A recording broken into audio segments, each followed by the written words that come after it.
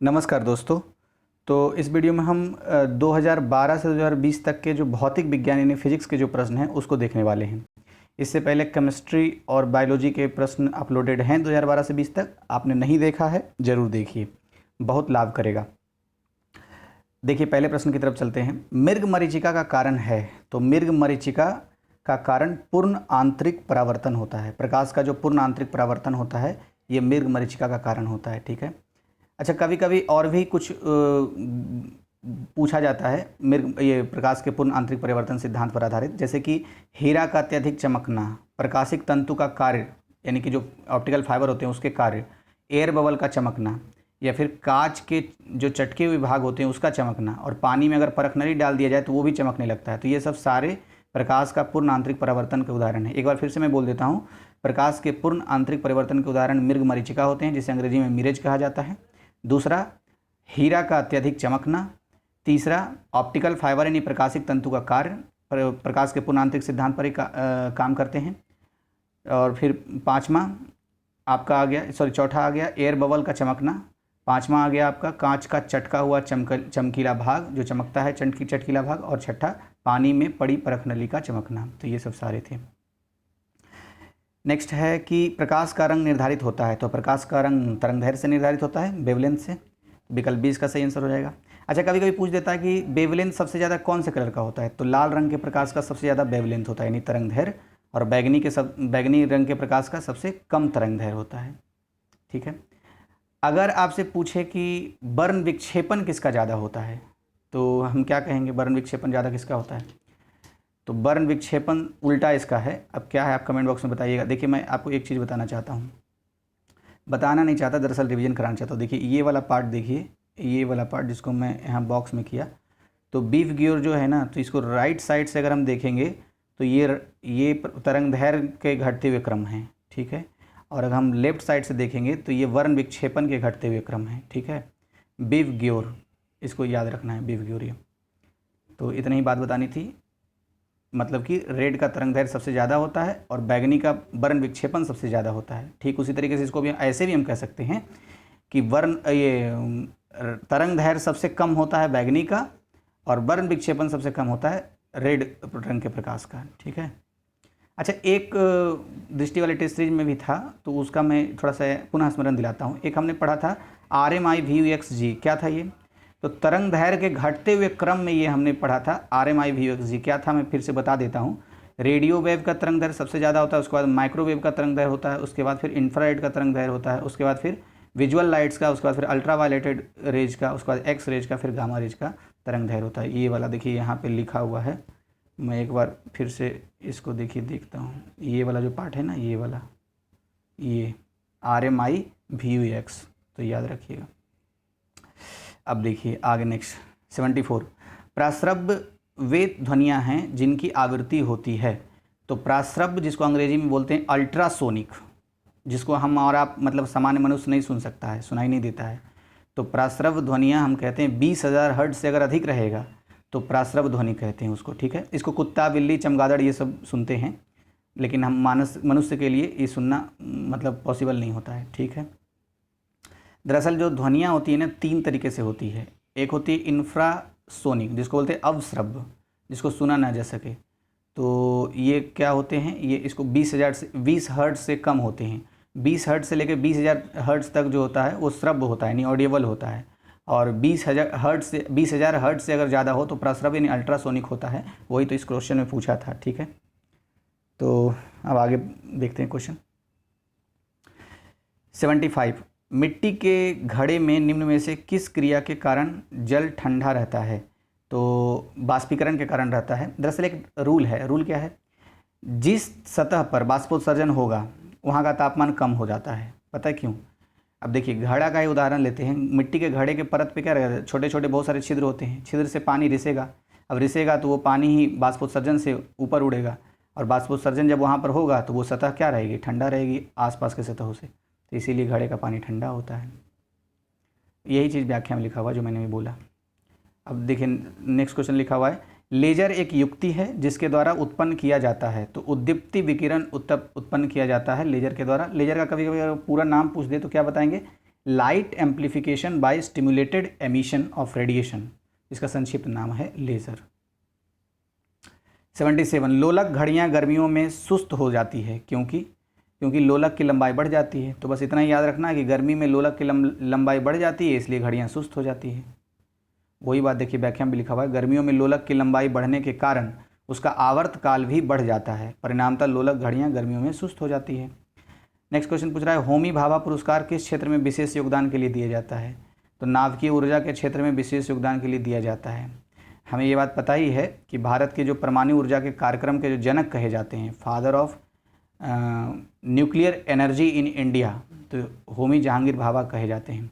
और इन्हीं की स्मृति में नाभिकीय ऊर्जा के क्षेत्र में होमी भाभा पुरस्कार प्रदान किया जाता है। 79 जब बर्फ़ पिघलती है तब आयतन घट जाता है। बर्फ़ पिघलेगी तो आयतन घट जाएगा। अच्छा देखिए, इसमें थोड़ा सा ना मैं धीरे धीरे बोलता हूँ, थोड़ा महत्वपूर्ण बातें हैं, कंसेप्चुअल बात है। ढला हुआ लोहा यानी ढलुआ लोहा, बर्फ़, एंटीमोनी, बिस्मथ, पीतल आदि गलने पर आयतन में सिकुड़ते हैं। इस प्रकार के ठोस अपने ही गले हुए द्रव्य में प्लवन करते रहते हैं, यानी तैरते रहते हैं। तो जो जैसे बर्फ़ है, बर्फ़ पिघलेगा तो पानी में ही बर्फ़ तैरता रहता है, तो वही बात बोल रहा है, अपने ही पिघले हुए द्रव्य में प्लवन करते हैं। 2012 का सारा प्रश्न समाप्त हो गया। अब देखिए 2013 का देखते हैं क्या है। एक दंत चिकित्सक द्वारा रोगी के दांतों की जांच के लिए प्रयुक्त दर्पण है, तो अवतल दर्पण। देखिए, दांत का डॉक्टर हो, आँख का डॉक्टर हो, नाक का हो, कान का हो, अपना अपना सुन रहे हैं ना, अपना अपना बस खाली कान नाक कल्पना कर लीजिए। कान तो याद रह जाएगा, कान जो 2 है हमारे पास, आँख जो 2 है, उसके बाद दांत जो 32 होते हैं, और कान तो हो ही तो गया। अच्छा, कान नाक हो गया, एक नाक एक है, तो कान, आँख, दांत और नाक, ये 4 तरह के जो डॉक्टर रहेंगे इन सब अंगों के, वो सब अवतल दर्पण का यूज करेंगे, ठीक है। अच्छा, कभी कभी पूछता है सोलर कुकर में कौन सा, ये पूछा हुआ प्रश्न है दरअसल, सोलर कुकर में कौन सा दर्पण यूज किया जाता है? तो अवतल दर्पण। और जो पुरुष लोग दाढ़ी बनाते हैं तो उसमें भी अवतल दर्पण का यूज होता है, या फिर कार की जो हेड लाइट होती है, सर्च लाइट होता है, तो वो सब में भी अवतल दर्पण यूज होता है। देखिए मैं फिर से एक बार बोल देता हूँ, अवतल दर्पण का यूज किया जाता है दांत, आँख, नाक, कान के डॉक्टर द्वारा, दाढ़ी बनाने के लिए पुरुष द्वारा, और तीसरा सोलर कुकर में, फिर चौथा जो है हेडलाइट में, कार की हेडलाइट में, 5वां है सर्च लाइट में। तो 5 पॉइंट याद रखना है, जब भी अवतल दर्पण आए 5 पॉइंट बोल देना है। मोस्टली यूज ही पूछता है इन सब चीज़ों से। अब नेक्स्ट क्वेश्चन क्या है, टेलीविज़न के दूरस्थ नियंत्रण के लिए, दूरस्थ नियंत्रण मतलब दूर से नियंत्रण करने के लिए, टेलीविज़न में टीवी को दूर से नियंत्रण जो करते हैं, तो टेलीविज़न के दूरस्थ नियंत्रण के लिए किस प्रकार के विद्युत चुंबकीय विकिरण का उपयोग किया जाता है? तो अवरक्त विकिरण का, मतलब रिमोट से जो टीवी चलाते हैं ना, तो एक किरण के द्वारा चलता है, वो किरण लाइट, उसको बोलते हैं अवरक्त किरण। अवरक्त के किरण के द्वारा हम दूर से ही टीवी को कंट्रोल कर लेते हैं। अच्छा, अभी हमने पढ़ा था ना वेवलेंथ के बारे में, तरंग दैर्घ्य के बारे में। तो तरंग दैर्घ्य के बारे में हमने क्या पढ़ा था? घटते हुए तरंग दैर्घ्य के बारे में एक फार्मूला है कि RMI/VUX। RMI/VUX क्या था? सबसे ज़्यादा जो वेवलेंथ होता है रेडियो वेव का होता है, उससे कम होता है माइक्रोवेव का, उससे कम होता है इंफ्रारेड का, RMI हो गया। VUX देखिए, उससे कम फिर इंफ्रारेड से कम होगा विजुअल लाइट का, उससे कम अल्ट्रावायलेटेड पराबैंगनी किरणों का, और उससे कम एक्स किरण का, उससे कम गामा किरणों का, ठीक है। देखिए थोड़ा सा देखिए, मैं एक चीज़ और पुराना वाला रिवीजन कराने की कोशिश करता हूँ। क्या है, देखिए ये वाला है ना पार्ट, ये देखिए वेवलेंथ के घटते हुए क्रम में, ठीक है, RMI/VUX। अभी एक हमने बीव क्योर पढ़ा था, क्या था ये बीव क्योर? बीव ग्योर क्या था, याद कीजिए। तो मैंने कहा था कि राइट साइड से देखेंगे इधर से तो ये वेवलेंथ तरंग दैर्घ्य के बारे में बोल रहा है, और लेफ्ट साइड से देखेंगे तो बर्न विक्षेपण के बारे में बोल रहा है। क्या बोल रहा है? मतलब घटते हुए क्रम में है, ठीक है। तो हमने ये बात किया था कि रेड कलर के प्रकाश का सबसे ज़्यादा तरंग दैर्घ्य होता है, और सबसे कम तरंग दैर्घ्य होता है वायलेट किरण का, यानी कि बैगनी कलर का। उसके बाद हमने यह भी वहाँ पर देखा था क्या, कि सबसे ज़्यादा अगर वर्ण विक्षेपण पूछे तो वायलेट का यानी बैगनी का, और सबसे कम वर्ण विक्षेपण तो रेड का, ठीक है। उम्मीद है आपका फिर से शॉर्ट रिवीजन हो गया होगा। अब देखिए नेक्स्ट क्वेश्चन की तरफ चलते हैं। ये व्याख्या में वही लिखा हुआ है कि रिमोट कंट्रोल प्रायः अवरक्त तरंगों का उपयोग करके दूर से ही आदेश देने का काम करते हैं, तो वही बात है। नेक्स्ट है प्रशीतक खाद्य परिरक्षण में मदद करता है। प्रशीतक खाद्य परिरक्षण मतलब जो कोल्ड स्टोरेज में हम खाने पीने की वस्तुएं रखते हैं, तो मदद कैसे करता है? जैव रासायनिक अभिक्रियाओं की दर कम करके करता है। कभी कुछ लोग सोचते हैं ना कि फ्रिज में रख देंगे या कोल्ड स्टोरेज में रख देंगे तो कभी ख़राब ही नहीं होगा। नहीं, ख़राब होता है, लेकिन बहुत धीमी गति से होता है, उसकी गति को धीमा कर देता है, बस यही है। तो विकल्प 20 का आंसर हो गया। थोड़ा व्याख्या देख लेते हैं और स्पष्ट हो जाएगा। प्रशीतन का कार्य खाद्य पदार्थ को जीवाणु मुक्त करना नहीं है।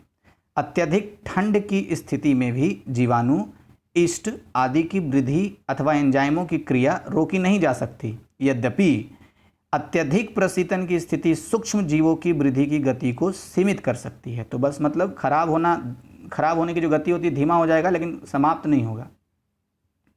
अब देखिए 67 मतलब नेक्स्ट क्वेश्चन में, किस स्तर यानी किस डेसिबल में से अधिक की ध्वनि खतरनाक ध्वनि कही जाती है। तो 80 डेसिबल से अगर अधिक ध्वनि है, कहीं पर भी बज रहा है, तो समझ लीजिए वो खतरनाक है, कान को बहुत नुकसान पहुंचाएगा। ठीक है।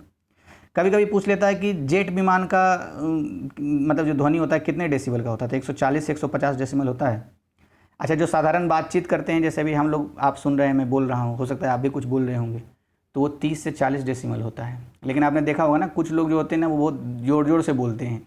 मतलब बोल रहे हैं दूसरे मोहल्ले में, आवाज़ आ रहा है इस मोहल्ले में, पढ़ रहे हैं शान से, तो पता चल रहा है रूम के अंदर एकदम दरवाज़ा लगा दिए, फिर भी दरवाज़ा को फाड़ कर अंदर घुस जा रहा है, आवाज़ बहुत डिस्टर्ब होता है। तो वो 50 से 60 डेसिबल में करते हैं। आर्केस्ट्रा जो बजता है, तो वो आर्केस्ट्रा 100 डेसिबल का होता है। बाकी ये तो पता ही होगा आपको, विद्युत मोटर और मोटरसाइकिल जो है 110 डेसिबल आवाज़ निकालता है, और मिसाइल का सबसे ज़्यादा होता है 180 डेसिबल। मैं देखिए फिर से बोल देता हूँ सारा। देखिए पहला पॉइंट तो हमने ये देखा कि 80 डेसिबल से ज़्यादा वो खतरनाक ध्वनि प्रदूषण है भाई, पहली बात। दूसरा, साधारण बातचीत कर रहे हैं तो 30 से 40 डेसिबल, जोर जोर से बात कर रहा है कोई तो 50 से 60 डेसिबल, और आर्केस्ट्रा की अगर बात करें तो 100 डेसिबल, और विद्युत मोटर या मोटरसाइकिल की बात करें तो 110 डेसिबल। सबसे ज़्यादा मिसाइल का 180 डेसिबल होता है, लेकिन जो क्वेश्चन में पूछता है बार बार, जेट विमान का 140 से 150 डेसिबल होता है। ठीक है, तो क्वेश्चन समाप्त हो गया 2 साल का। अब फिर नेक्स्ट वीडियो में मिलेंगे। आपको अच्छा लगता हो तो लाइक कीजिए, सुझाव भी दे सकते हैं, और कोई वीडियो बनाना हो किसी विषय पर तो आप ज़रूर सुझाव दीजिए, हमेशा स्वागत रहेगा आपके सुझाव का। अगर मतलब आप डिसलाइक भी कर सकते हैं, बस कारण ज़रूर बताइए ताकि मैं सुधार कर सकूँ, आपकी और मदद कर सकूँ। ठीक है, और कभी कभी शेयर कर दिया कीजिए तो मेरे चैनल का थोड़ा ग्रोथ अच्छे से हो जाए। धन्यवाद।